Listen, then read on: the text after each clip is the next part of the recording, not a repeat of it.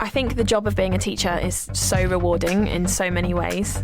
The connection between you and the whole class, that's still unbeatable. When my pupils are successful, it feels incredible. I think the greatest thing for me is seeing the pupils that I teach love the subject as much as I do. I don't think there's any other job where you get the same satisfaction. That's why I chose to teach. You could get £26,000 tax-free to train. Search Apply to Teach. Selected subjects only, subject to eligibility. Ladies and gentlemen. Ladies and gentlemen. Podcasting since 2005. You're listening to Gamertag Radio. With your host, podcaster Hall of Famer Danny Pena, the always opinionated Paris Lilly, and from outside of the norm, Peter Toledo. This is Gamertag Radio. Here we go.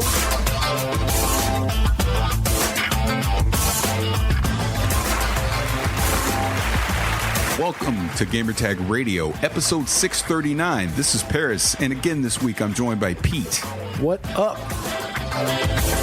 Danny is not going to be on this episode. He's taking care of some personal business, but he should be back for our next episode. So, Danny, take care of your business, and we'll try not to screw this up while you're away.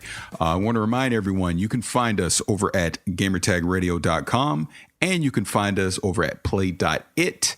And, Danny, let everybody know where they can leave us feedback. Send us your feedback or questions.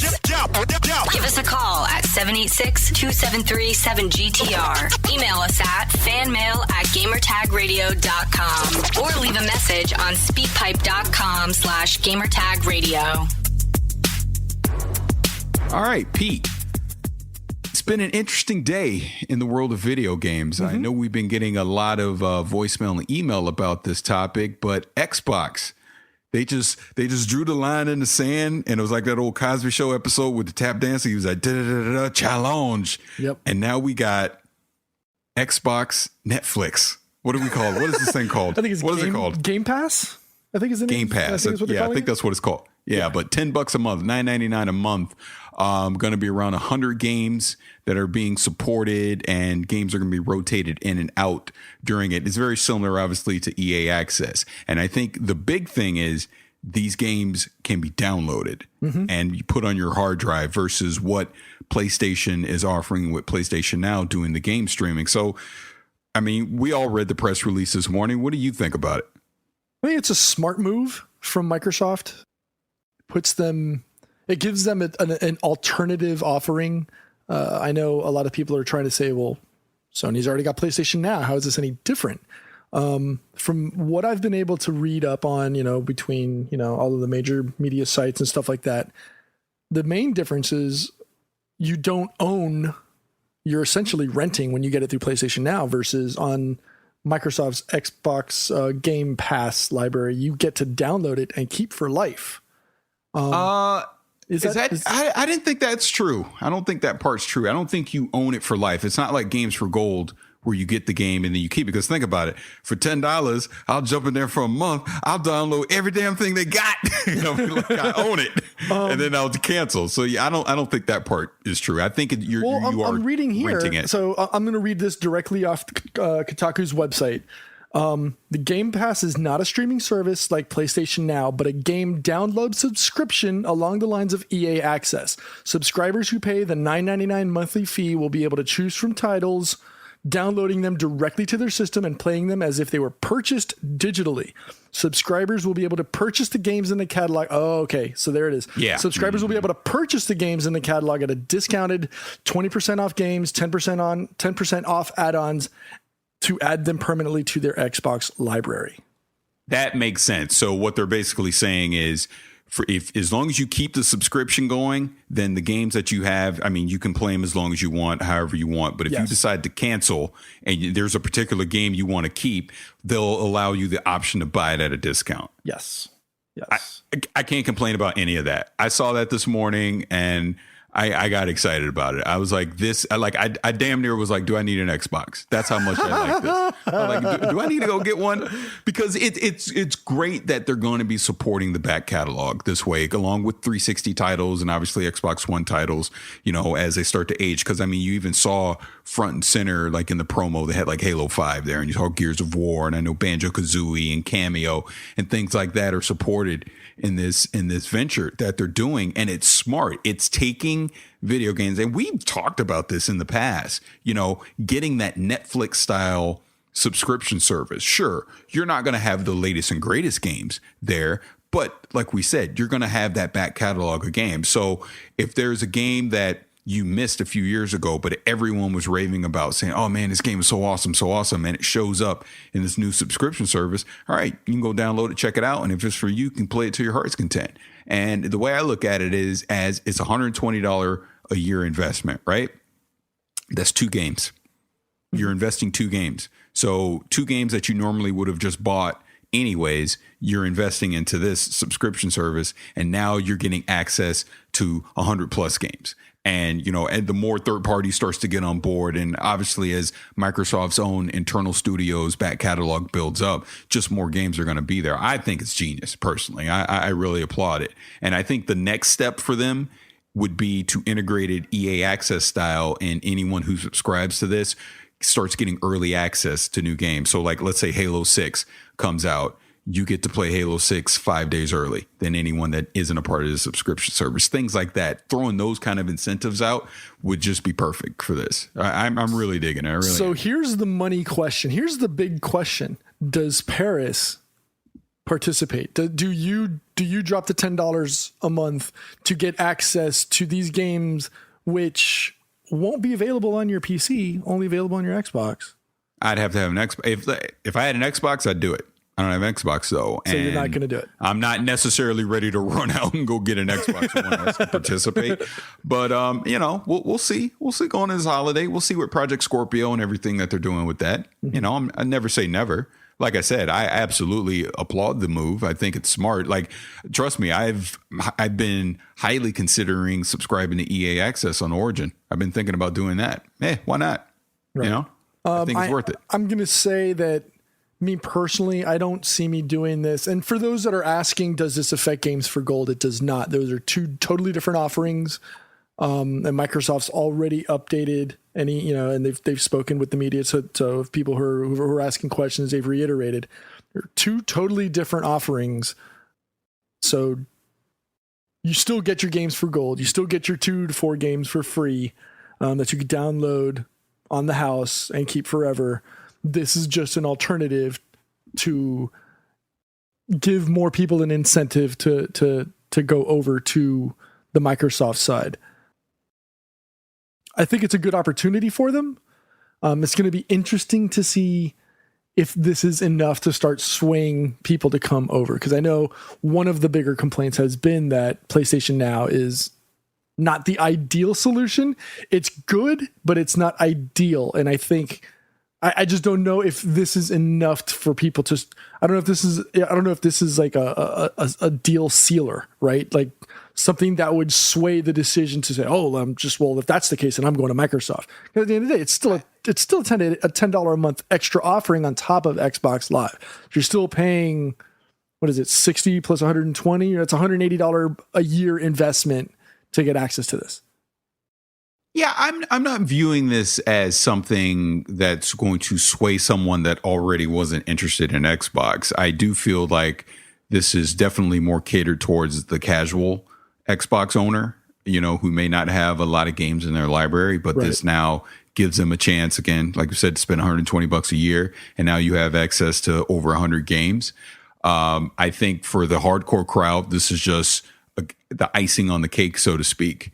For maybe some of those games that you don't have old 360 discs laying around, now you might have the opportunity to pick those up. Like think about it. I'm pretty sure all the old Halo games are going to be in this, for example, right? So now you have a chance to get that, all the old Gears games. Like I had mentioned before, an old game like Cameo, Perfect Dark Zero is probably going to be in there. Just things like that, that you can kind of go back in nostalgia play again. So I'm all for it. I think it's good. I think this is definitely some of the good titles that you just mentioned on there, just to counter, are available in the Rare Replay. So for $30, you can go out and just get that, and you don't have to worry about it, and you get to keep the game. Look, man, I don't own an Xbox. I'm trying to just be positive here. Hey, point counterpoint. You know, it's the purpose of discussion. It's what we're doing here, right? By the way, I have to side note for a second. Normally, when we record Gamertag Radio, we do it. We record our voices locally, and we edit it together. Danny does the editing, but we actually communicate over Skype. And we were noticing, Pete and I, right before we were going to record, this obnoxious static in Skype. So we decided, let's go try Discord. Man, Discord is clean. It's like Pete is just sitting right next to me right now. That's how good the voice quality is right now. This is so much better than Skype. I can't believe how much better the audio quality is. So just shout out to Discord, and we have the GTR Discord channel. I literally on Twitter put a link out to it so anyone can join up. And because we even got emails about it earlier today. So, search my Twitter account as Vicious696. You'll find the link, or hit us up directly if you want access to it. But I'm surprised just in this last 20 minutes as we've been on this podcast, we've had a bunch of people join. So definitely join up. It should be a lot of fun. It's definitely another way for us all to interact and communicate and game together. Agreed. This message was not brought to you by Discord. It could be one day. Y'all want to sponsor us? No, but I just had to make that note because the audio quality is just so much better. Yeah, I can't believe how much better it is right now. Absolutely. Yeah. But anything else on this Xbox thing that we want to bring up? I think it's good. Hopefully we'll hear. Do we have it? When does it launch? Do we know? Well, it's actually available right now. Ooh. Preview members are able to get it because I saw some stuff on NeoGAF where some people were already kind of giving a list of the limited amount of games that are available in that. I know what Phil Spencer has said that, they wanted to test it in preview and everything before officially rolling it out. I got a feeling this will probably be a dropper at E3. Kind of lines up saying that it's a few months away. Mm-hmm. If it's a few months away, you might as well just wait till June and then they can talk about it on stage, right? And make it like a big selling point when Scorpio and all that comes out. Speaking of Scorpio, we now know our first official game that's going to be on Project Scorpio. You want to talk about that? Let's talk about it. It's the Lord of the Rings game. Oh. You're like, wait, what are you talking about? Yeah, I thought you had other information. No, but I keep screwing up the name on the sequel. It's the Shadow. What is it? Shadow of War. Shadow of War. But yes. Yeah, because they announced the other day that it is going to be an Xbox Play Anywhere game. So it'll be on Xbox One, it'll be on Windows 10, and it will be on Project Scorpio. So as far as I know, that is the first official game mentioned to be a part of Project Scorpio, and it is a sequel to a fantastic game. So, this is going to be highly anticipated when it comes out. I think they said, was it September? They said this was coming out? August, I believe. August. And then obviously when Project Scorpio launches, there'll be a copy available then. So this asks this question. So if you pick up the Xbox One version, then I'm talking disc, because obviously if you get it digital, it'll transfer right over.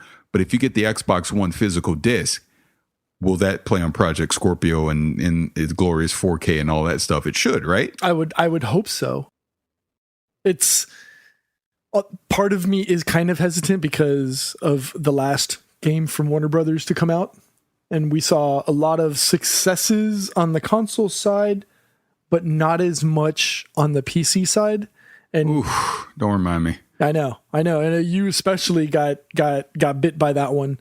So as beautiful as it looks, and yes, it's a trailer on YouTube. So it looks as, it's going to look as beautiful as humanly possible when streamed on a 4K, compressed stream on YouTube. But it looks great. I really want to play it. I'm afraid, because Warner Brothers is behind it, that we're going to see the level of discontent that many a gamer, yourself included, Paris, felt on that launch. Now, will that sway your decision? No, it won't, because I feel like that was, when we're talking about Arkham Knight, that was just one of those things where Warner Brothers got caught with their pants down, and they had another team doing all the optimization for the PC version, and they just completely dropped the ball. I mean, they just butchered that thing. I've never seen a game that poorly optimized on the PC of this level, is what I'm trying to say. A AAA level game like Batman Arkham Knight be that bad on PC to the point it just completely pulled me out of the experience. And the game has been fixed at this point. I have no desire to even go back anymore and play. I was just about to ask if you'd gone back after the fact. No, my son was playing it, and I was watching him play it, and I was like, this looks kind of fun. I go, I can't be bothered though. And I just moved on. I was like, I'm done. So no, I mean, I don't worry so much about the Xbox Play Anywhere version or just the straight up Steam PC version of it not being optimized. I think if anything, Warner Brothers will be oversensitive to this and will make sure, if anything, that the PC version is definitely optimized, because they don't want to lose their customers. Whereas, like you're saying, we're just bitter about it, and you're like, man, I'm not picking that up because they don't know how to optimize on PC anymore. So I think they got one more strike. If they do drop the ball on this one, then yeah, Warner Brothers is going to be tarred and feathered for this for sure. So for those that are wondering, the PC specs have come out for Middle Earth: Shadow of War. Minimum requirements are i5 2550, GeForce GTX 670, or a Radeon 7950 if you got it, and 8 gigs of RAM. Recommended i7 16 gigs of RAM and a 970 or GTX 1060, or the Radeon R9 290X or Radeon RX 480. It's a 60 gig download. Question more for the people that are, on the PC side. So I have the 1080, you have the 1080. I know you have an i7, but I have an i5. Is that really going to make that much of a difference for our listeners, or for those who decided to skimp on the processor side, but decided to go and throw the wallet at the GPU? These days, it's more about the GPU than it is the CPU. I mean, we have seen some games in the past, like Assassin's Creed Unity is one that sticks out in my head, that was very CPU dependent. But I notice a lot of modern engines these days are getting away from that. And it, like you said, it's all about the GPU. I mean, you need a high-end GPU to really push these games. So at a minimum, as long as you have an i5, a modern i5, I think you're fine on the CPU side. I don't think that's going to be a real issue for most people. I like to be safe than sorry, so that's why I have an i7. But yeah, i5 should be fine. I mean, if you have to invest more in one thing, I'm going to invest more in the GPU than I am the CPU for sure. Okay. It's just something I was just thinking about over the last couple of days. I know you and I were on a private chat earlier. We were talking about, I was considering whether I wanted to even upgrade my motherboard and things like that. So it's just that, and see, these are the exact same reasons why, like, the Dannys of the world don't want to go PC, because of the constant, I want to upgrade this, I want to upgrade that. And then it's just, that's, I guess, the beauty of an offering like, whether it be the PlayStation 4 or Scorpio, where it's all in one. It comes in a box. You just turn it on and go. It's ready to go. Agreed. Yeah. But, Danny, I was thinking to our previous conversation before we start recording about Discord and getting Danny on here. That's never happening. It's just keep moving. But moving on from that, just since we're in this whole talk about PC gaming, 4K and all that, I saw on IGN today, they had one of their IGN firsts. Mm-hmm. They had a 17-minute gameplay video of Mass Effect Andromeda. I almost want to cancel my pre-order. See, so this is the part I don't understand about you, Paris. When it comes if it's the MCU, if we're talking Marvel movies, you will abstain from YouTube and every other video streaming service on the planet. But it's Mass Effect, and you throw your rules right out the window, and I'm gonna watch all 17 minutes of this. I'm gonna rewind it, watch it again, and now you've all of a sudden jumped off the Mass Effect bandwagon, and what's going on? Talk to me, Goose. I didn't like what I saw, Maverick. It didn't look good. I think you hit the eject button and I smashed my head at the top of the cockpit. Rest in peace, Goose. I know, man. No, dude, just dead serious. I watched all 17 minutes and I was not impressed. And you know what I was not impressed with, which has been my fear since the initial gameplay footages and just sneak peeks had come out. Dude, the dialogue is so bad. It's so bad. It's not good. Like, it's almost cringeworthy to me. Just the chatter between your squad mates. That's really going to take me out of the game. I already know it. The facial animations are still bad. They're just bad. They're just poor. I don't know how else to put it. The shooting mechanics, all that, the cover system, all that look fine. That's fine. That's not going to be an issue. But I just have this bad feeling about the story that I'm just not going to be engaged with it. And I'm not going to have that connection to Andromeda that I had to the previous trilogy with Mass Effect if this is the case, if this is the direction that they're going. Look, I'm being grumpy grandpa. I get it. I'm not really canceling my pre-order. I'm getting the damn thing March 21st, but I'm not liking what I'm seeing right now. I'm just not. And that's just being bluntly honest. I don't know any other way to say it. So are you saying... I haven't seen the video, and I'll watch it after the show, and hopefully we could talk about this further on Twitter and maybe engage some of our listeners and stuff like that. But I don't know if I was 100% sold by the facial animations and the talking. I mean, I'll say the dialogue and the scripting was great, and maybe that's what's causing. Again, I haven't seen it, so I can't speak to it. But like Seth Green's character Joker in Mass Effect 3, that it helped in the game, but I don't know if it was enough to say, amazing voice acting in a game. Let's give an award to someone like Seth Green or stuff like that. Would you say it's about the same as in 3, or do you think it's gone off the rails? I think it's gone off the rail. Ooh. I do. I think it was going off the rail. I'm just not liking it. And I know I'm probably going to get all these angry tweets and emails going, God, Paris, you're so freaking negative. Look, I don't want to be negative. And you know what it is? Because I want Mass Effect to be epic. Right. I want it to be so good that I'm being extra critical of it. I get it. But I'm just saying, for anyone that's listening to this, go to IGN, watch that 17-minute video. And I watched it in 4K too. It looks almost cursed. It looks beautiful. Yep, this isn't the stream. You can't curse. Yeah. I curse on the stream. I can't curse on the podcast. But it looks great. It really does. It is beautiful in 4K. Don't get me wrong. The weapons, the shooting mechanics, all that looks phenomenal. But the story looks cheesy as you know what.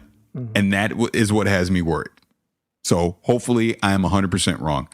Trust me, I hope I'm wrong. I want to be. Very disappointing. Yep. So we'll see. But speaking of 4K and beautiful, I haven't played it yet. I just literally booted it up, got the updates in, and just went through the opening intro thing. Horizon Zero Dawn in 4K HDR is, woo. Oh my goodness. That is one of the best looking games I think I've ever seen in my life. I'm serious. Playing it on PlayStation 4 Pro, just that opening scene, just the lighting effects, the environment, just everything that was going on. I ain't even played the damn thing yet. This is just me watching the cutscenes and the opening title thing. I was like, man, this is beautiful. So I can't wait to play. I can't wait to start playing. I watched maybe an hour of gameplay today on Twitch, watching Lyric play it. Oddly reminiscent, if not, and I think this is what I called it in our Google chat. It looks like a very good Far Cry mod, and that's what people have been saying. It's definitely Far Cry. Yeah. That is not a bad thing, because Far Cry is a great series, and I've thoroughly enjoyed 3 and 4, but I've done a lot of that, and the part that gets me to stop playing those type of games is I stop doing the main quests. And I kind of got burnt out on this on Witcher as well, where I go from doing going from main quest to all of a sudden I'm collecting 45 different roots and berries, and next thing you know, it's more inventory management. I got to start doing all of that. And again, I'm just going off of what I've seen on the live stream. I will pick this game up because I do want to have a reason to keep turning on my PlayStation, because I haven't done it since you and I beat the raid back in September. And I did say I was going to get this game. I just don't know if I'm going to get it immediately, but I don't know. It's the story so far from what I've seen is really, really good and a lot of fun.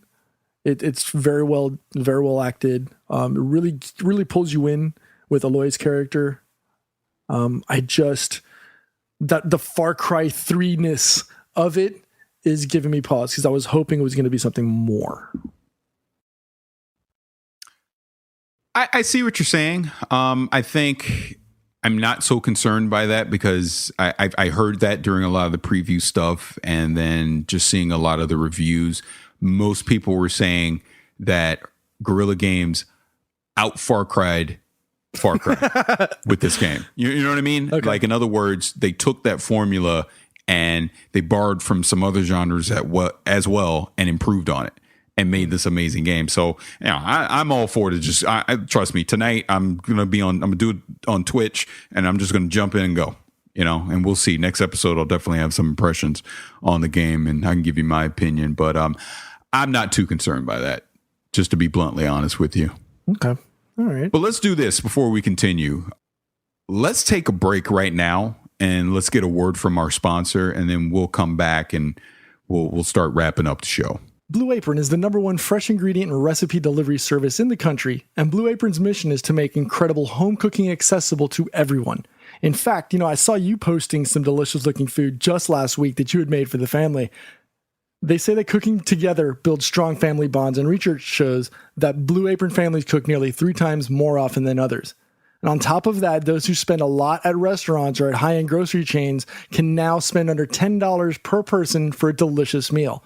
Some of the new recipes coming out in the coming weeks include salmon piccata with orzo and broccoli, pork chops miso butter with bok choy and marinated apple and vegetable chili, baked sweet potatoes with crispy tortilla strips. One of the cool things that I like about Blue Apron is that they never have a repeating menu, so it's very rare that you're going to come across the same menu. Actually, I think it's like once a year is the only time you can get these things. So it really gives you that diversity of food. So for those of you that are listening and you're interested in checking out Blue Apron, go to blueapron.com/gamertag. Check out this week's menu and get your first 3 meals free with shipping for free. All you got to do is go to blueapron.com/gamertag. You'll love how good it feels and tastes to create incredible home-cooked meals with Blue Apron. So don't wait. That's blueapron.com/gamertag. Blue Apron, a better way to cook. Welcome to Play It, a new podcast network featuring radio and TV personalities talking business, sports, tech, entertainment, and more. Play it at play.it. Take it out. You're listening to Gamertag Radio. All right, so we're back, and before we get out of here, we got a lot of voicemails and emails, but we kind of want to wait on Danny to come back next week, so we're not going to read them on this episode. But again, we appreciate all of you guys that are sending us your emails, your voicemails, hitting us up on Twitter and everything. And Pete, I don't know about you, but we've talked about this before, but just these last few weeks of us doing Facebook Live, and now we're kind of jumping into Twitch and doing the streaming on there, and just interacting with people on social media. To me, I feel even more connected with our community. And in a weird way, I feel like our community is growing, because we're definitely starting to hear from a lot of new people. We're seeing more people saying, hey, I found you on Spotify and things like that. And we're getting different opinions on things, and it's great. But what do you think about all this? Honestly, it's actually given me a reason to get back into games. This past Friday, I think we mentioned it on Sunday when we recorded, jumped on Friday night to do some Wildlands beta gameplay, thinking I was going to jump in and play with you. You had other plans and you were doing things. And so I just jumped in, and next thing you know, I'm on Discord with 3 people I've never spoken to. Apparently, these people from playing with them in the past. But they're, on the GTR Discord, people who have listened to the show. I've never even heard or spoken to any of these people. I don't even know if I've ever spoken to them on Twitter. or any other social media. And we were there for 4+ hours. Like I literally went to bed at almost 2 a.m. and I had started this around 9-10 o'clock at night, and I hadn't done a gameplay session like that in a very long time with people that I didn't know. Because typically I jump on, if I'm going to play with people, I'll jump onto Xbox or Xbox Live and I'll play with, X number of people because those are the people I play with multiplayer or whatever. And if I'm going to do a single player, I'll jump on PC or I'll jump on a local machine, I'll jump on a local game or whatever. But it gave me a reason to jump back in. And then, earlier today, just, before we recorded, I did about 20-30 minutes of Overwatch, just testing, some different settings on Twitch. More and more reason to keep jumping back into the game and having fun. Now we've got games like you said, Horizon Zero Dawn. We've got Ghost Recon Wildlands coming out. We got Mass Effect coming out. We got, Nintendo Switch. I don't know how we're going to do this. Is there a way for us to Twitch stream what's going to be on Switch? Like Twitch Switch? Yeah, I'm pretty sure you can hook up a capture card. Yeah, matter of fact, I know you can because if you put the Switch into TV mode, it has HDMI. So yeah, you just hook it up to a capture card and you'll be able to do Twitch streams for Switch stuff. That's too many. It's just Twitch. Yeah, Switch. But yeah, I think us, like you said, starting off with the Facebook Live, getting that low and slow, integration into a deeper interaction with our community. And, like Danny is always pushing, community, getting to know the people that are listening to your show in somehow, some way. And I think doing it that way, it almost feels organic, where we're going slow and then slowly ramping ourselves up into, Twitch streaming and, who knows? I mean, I don't know if it's going to replace my 9-to-5 day job. I don't know if I could pay my mortgage off of YouTube and stuff like that, or off of Twitch subscriptions. I wouldn't say no if we could eventually do that. But I like it. I like the fact that it's brought us back to almost like a 2008, 2009 type scenario where we're starting to talk not so much with other people from the gaming blogosphere or stuff like that, but we're talking to people either new in the community that are listening to the show, or we're talking about different things, or, talking to them now on social media. It's bringing that whole community concept back, which has been sorely missed, honestly, in gaming. So that's my thoughts. No, you're nailing it. I mean, everything that you said is absolutely spot on with that.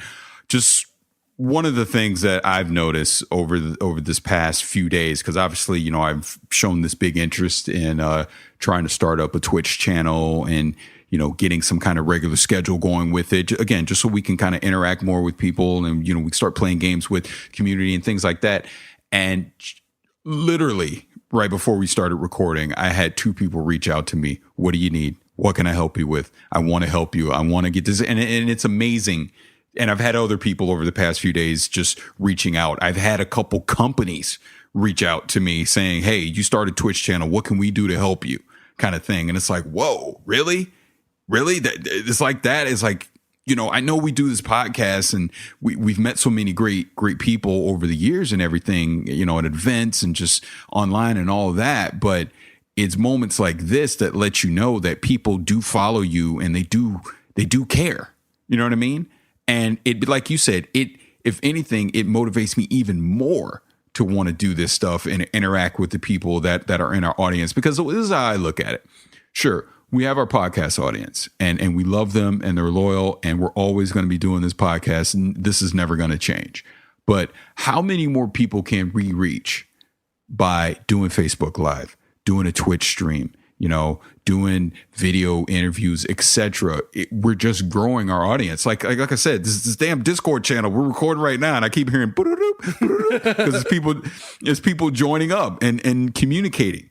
And that was one of our community members that just decided, hey, I'll create a Discord channel for you. You guys want to join up? You and I joined up, and like you said, you were gaming with those guys on Ghost Recon, and now we're like building this Discord community. So now we can play games and communicate with each other no matter what we're doing. Hell, we're recording this freaking podcast because of that. Just things like that, man. And that's what gets me excited about the future of what we're trying to do and where it could lead us. I mean, it really just comes down to our time commitment and just again, having the time to do it. As long as we have the time to do it, I think our commitment is going to be there. Yep. You know, and that's what excites me. The other great thing about something like Discord is the fact that it's not as convoluted. It's really simple. And when you're in a group, you can see what everybody's playing. So if you want to just join up, you can send them a quick message. Say, hey, look, I saw you're playing this. Mind if I join you? And it's almost like that digital handshake introduction without really needing it. So if you're kind of on the shy side, which a lot of people are, you know, they don't want to just like butt in and jump in and, hey, you know, I whatever. That's the cool thing that I like about Discord. And I'm a member of, you know, a handful of groups. I actually had to dump out a bunch because my daughter used to use it when she was playing with her friends. I kicked her out, made her create her own. But you know, I can see what other people are playing. And then you can do a side chat if you want to just do it like you and I are doing right now. I was just like checking out the GTR channel right now, and I can see, you know, like Beaker's playing Rainbow Six Siege. Who else is there? See, a guy named Jesus. Someone's playing Don't Starve. Someone's playing Overwatch. Yeah. H1Z1. Yeah. You can see what everybody else is doing, and then you could just pop over to that channel, send them a quick message, say, hey, what's up? Hey, you know, it's actually, you know what, Sharif from no, that was yesterday. He popped in and said hello. You know, it's really, really cool. You know, it's a great opportunity for us to reach out and actually speak to our, you know, and reach out, you know, have a better, how do I say it? Have a better relationship with our community. Yeah. Not just build it, because it's pointless to build it if you're not going to sit there and nurture it and you know, water the plants, etc. You know, that sounds really cliche. But it's true. You know, there's no purpose for building these communities if it's just there, if you're just trying to build numbers. If, you know, it's so much better that we can sit there, we could talk to these people, you know, get to know them and, you know, just curate the community as opposed to just, you know, just trying to build numbers. Agreed. I couldn't have said it better, man. I totally agree. What are we doing on time here? Because I don't think we want to go too long on this episode. We're about 38 minutes, probably. Yeah, I mean, we could. Yeah, I mean, we could probably start wrapping it up at this point. I don't think this episode needs to be too long. But again, I'll just remind everyone, like literally, when we get off of this call, I'm gonna go pick up my daughter from a basketball game, and I'm gonna come back, and I'm gonna start streaming Horizon Zero Dawn on Twitch. My Twitch channel is Vicious696, and then we also have our Gamertag Radio Twitch channel. And then Pete, you want to give yours as well? Yeah, same as my Twitter handle, Pete Rock, PETEROCC. You can find me there. I might be playing some Overwatch. I don't know. I may end up playing something else, but yeah, I'll definitely be streaming tonight. So so just keep an eye out if you want. Just you know, we'll keep pushing the Twitch channels. You can go to twitch.tv/gamertagradio, and the feeds from Paris and I will automatically feed over to that as well. So thankfully we've been doing this long enough that our handles are all synonymous. We could pretty much, you know, just say Vicious696 or Pete Rock or Godfrey, and they're the same across whether it's Twitch or actually I think Danny's is the only one that's different because he's not commonly on PC or what have you. His is Godfrey7. But just go to the Gamertag Radio Twitch channel and you'll see all of us there. All of our stuff should populate over there automatically. Yeah, agreed. Yep, you're absolutely right. I just want to say again, I want to thank everyone, you know, again, that's been following us on Facebook Live, that's been starting to follow us on Twitch and on Twitter and all those great. Oh, one other thing on Twitch, which you actually helped out when I was testing it out earlier. I was playing Gwent, and I wound up getting in a match that became kind of a strategy thing. And then you had pointed out, well, wait, why did you say that was a good move? Why is he doing this? So, you know, in a way, I started explaining the game of Gwent as I was playing, and then it kind of dawned on me, again, this is the potential of what this stuff could be. Mm-hmm. You know, as we're playing these games and talking about it, people are coming in, the curiosity factor, we're able to live interact with people and explain stuff and all that. And they don't have to just send an email and wait for us to respond in like freaking 10 days or something. You know what I mean? So So it's a good thing, man. Like I said, I'm excited. I'm excited for what we can do here in the next few months leading up to E3. And then obviously at E3, just the more opportunities that are come, like GDC is going on right now. PAX East is next week. And yeah, man, it's a good time to be a gamer. There's a lot of things going on right now. Yep. So anything else before we get out of here? Yes, really quick, because I know you and I, we've talked about this in the past with the DirecTV Nows and Kodi versus Plex versus all these offerings. PlayStation Views got their thing. YouTube announces a new live TV service. Where did this come from? I knew this was coming. They had been talking about this on and off for the past year that YouTube was going to unveil their own live TV service. Hulu has one that's about to come out as well, and Apple is rumored to have something come too.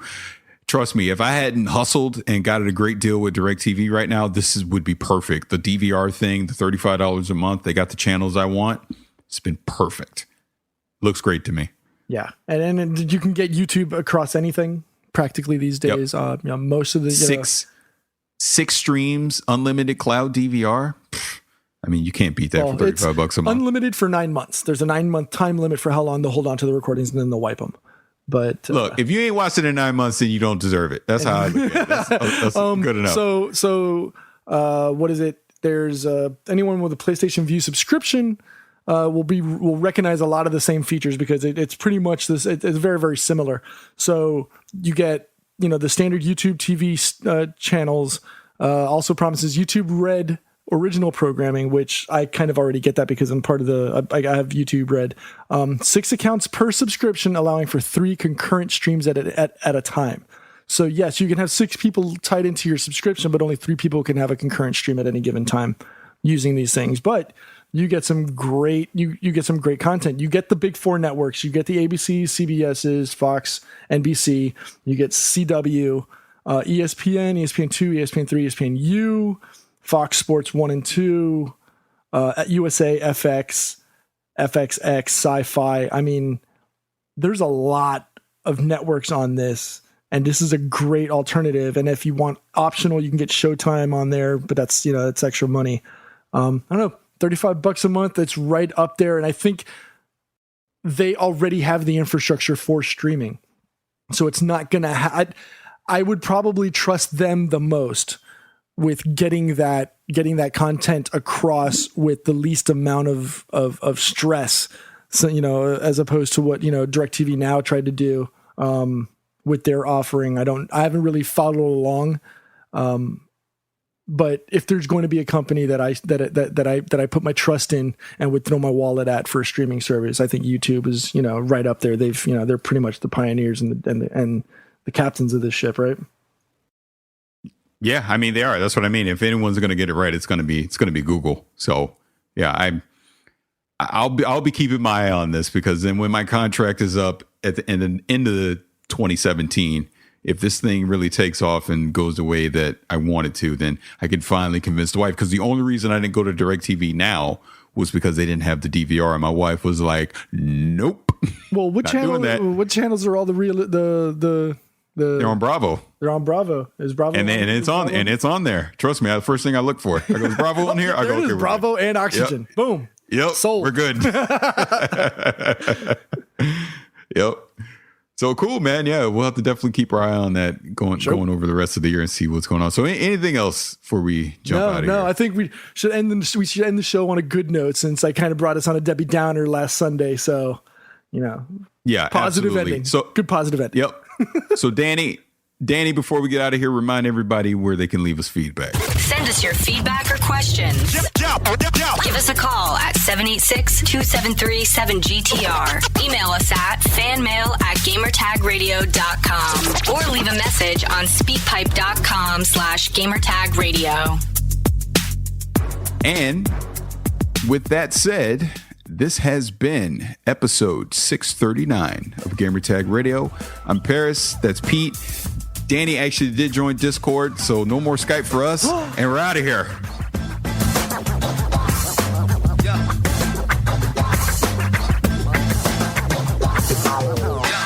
Thanks for listening to Gamertag Radio. Be sure to like us on Facebook and follow us on Twitter.